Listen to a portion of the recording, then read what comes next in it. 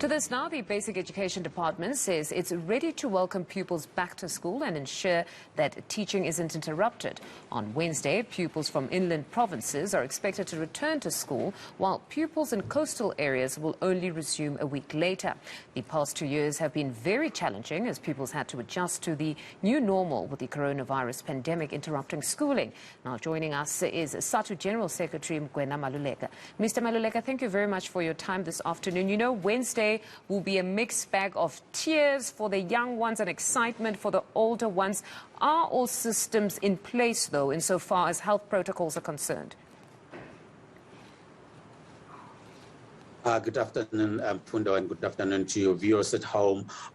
Just directly to your questions is that the principals and their assistants have started reporting at school on the 5th of January.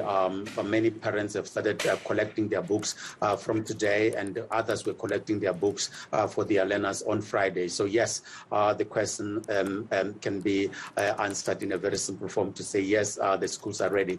The issue of the health issue is going to be a collective responsibility by the department, by the schools, and all of us as the communities to making sure that we are able to continuously cooperate and work together in solidarity in making sure that our learners are complying with the non-pharmaceutical interventions, that the schools themselves are complying, and that the delivery of the PPEs are done. So far, we have received reports that says that the schools do have those particular requirements in their schools, that they have also renewed the contracts of those who are helping them in terms of the screening of the learners and so forth. But obviously, we must also take into account that the protocols are going to be changed. We have been given today the regulations that we must make input into that.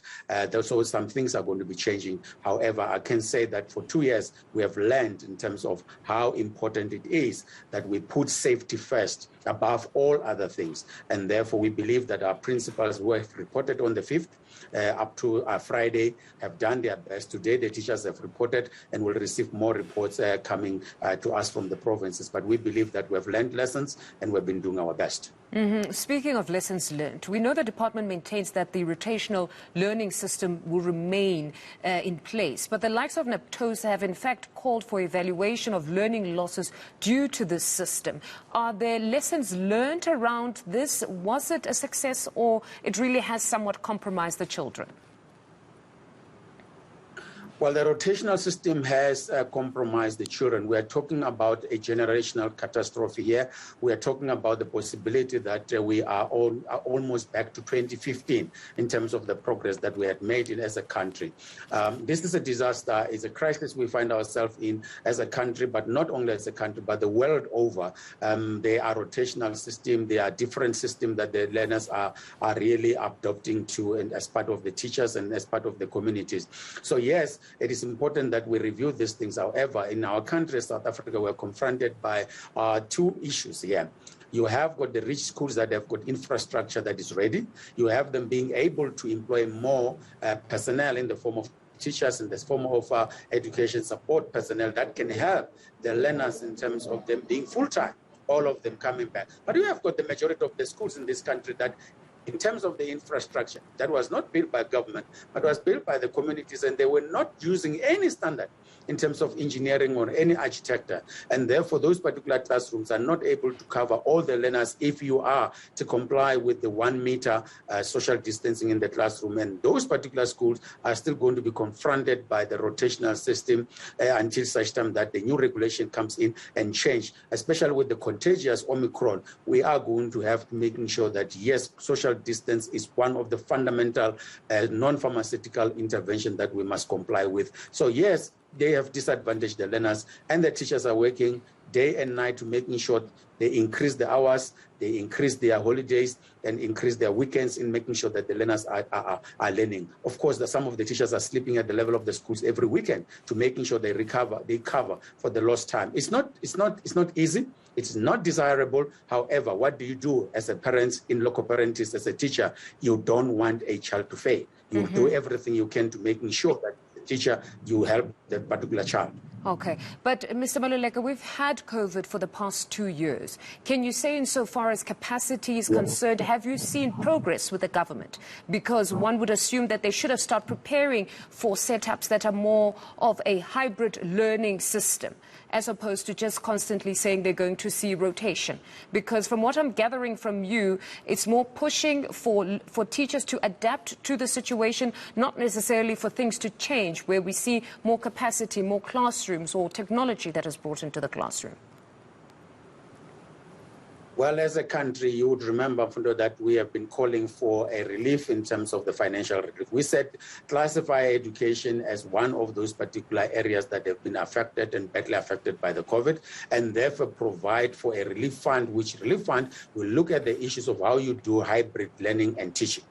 That has not happened, because we can tell you that majority of the provinces last year were already complaining about the fact that they cannot be able to employ substitute teachers. We had to march last year in KwaZulu-Natal to get the Premier to come and really commit that they will be able to employ substitute teachers. So we're seated in a situation where there can't be additional classrooms that are built now, and therefore there were no gadgets that have been distributed by the government to making sure that those particular schools and the township schools are able to adapt to a hybrid model of learning. So we are relying on the teachers to do in-person teaching more than relying on the fact that we can have an online system in South Africa. Yes, the rich school can be able to do that. But yes, and it's actually rotational.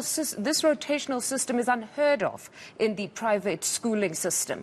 Good and well. And I'm not necessarily saying that it should be across the board, but is there no pilot project right now in the public schooling system where at least we can speak of a hybrid learning system at this point? There's absolutely none. Very few of them are doing that. You have public schools that are doing it, and you have got other schools that have adopted a different model than a model that you call a hybrid model in terms of the online. But they're using social media to making sure that the students are able to be kept busy whilst they are at home in terms of rotational, they are learning at the same time. So there are different models that have been adopted by the schools themselves, but there are very few where you can say there is an online system that has been put in place as a pilot currently. Even Gauteng is not doing that. Even the richest, which is Western Cape, is not able to do that currently because of the budget constraints that we're seated with. So the austerity measures is something that we have got to attend to as a union, and all the unions and the parents together, to making sure that you cannot apply austerity measures on education. Education is a very fundamental human right, and therefore it needs to be funded so that we are then able to get out of the rotational system if we are to avoid a generational catastrophe where learners will really be having a very serious deficit in terms of their skills. No, let's hope they will prioritize funding for this portfolio, because I know a lot of teachers that have said they teach grade 1. You'd have children that come to school for 2 days, and then 2 days later they're on break, and then by the 5th day they've forgotten everything that they would have learned. So it's a very difficult environment to actually teach and thrive. But hopefully, like I said, they will prioritize funding in your portfolio. Thank you very much. That was Sadtu General Secretary Mugwena Maluleke.